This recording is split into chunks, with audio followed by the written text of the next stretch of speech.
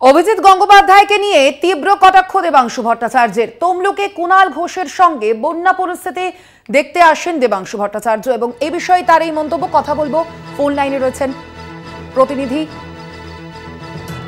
সৌম্যজিৎ চট্টোপাধ্যায়। সৌম্যজিৎ, এই বিষয়ে কি বলেছেন কটাক্ষ করে অভিজিৎ গঙ্গোপাধ্যায়কে দেবাংশু ভট্টাচার্য? দেখো স্বর্ণালী, লোকসভা নির্বাচন শেষে অনেকদিন হয়েছে এবং লোকসভা নির্বাচনেই তমলুকের তৃণমূল প্রার্থী ছিলেন দেবাংশু এবং বিজেপি প্রার্থী ছিলেন অভিজিৎ গাঙ্গুলি। এবং আজকে বন্যা পরিস্থিতি পরিদর্শনে এসেছিলেন দেবাংশু ভট্টাচার্য, সঙ্গে ছিলেন কুণাল ঘোষ।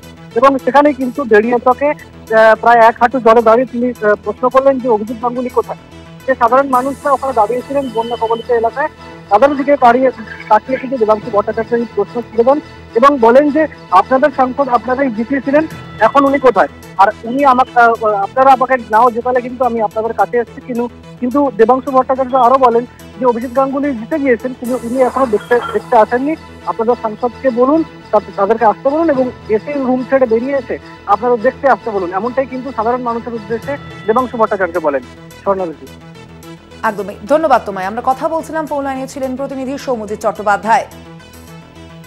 ঠিক কি মন্তব্য করেছিলেন দেবাংশু ভট্টাচার্য, অভিজিৎ গঙ্গোপাধ্যায়কে কি কটাক্ষ করেছেন তিনি শুনবো। ব্যঙ্গ করা নয়, উনি তো এখানকার সাংসদ। উনি কি শুধু ঠান্ডা করে বসে থাকার জন্য জিতেছেন? ওনাকে তো আসতে হবে।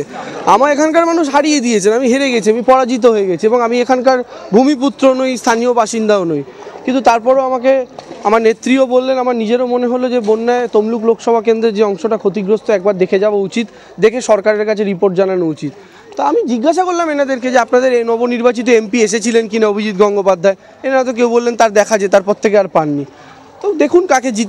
এখানে তো এরকম একটা বন্যা পরিস্থিতি, তো সেখানে তমলুকের যিনি সাংসদ আমি আশা করব তিনি আসবেন, তিনি দেখবেন, তিনিও এই প্রশ্ন করবেন যে এতদিন ধরে মুখ্যমন্ত্রী যার চোখ দিয়ে বা যাদের চোখ দিয়ে মেদিনীপুরকে দেখলেন, তারা কেন এই সমস্যার সমাধানগুলো করে যাননি।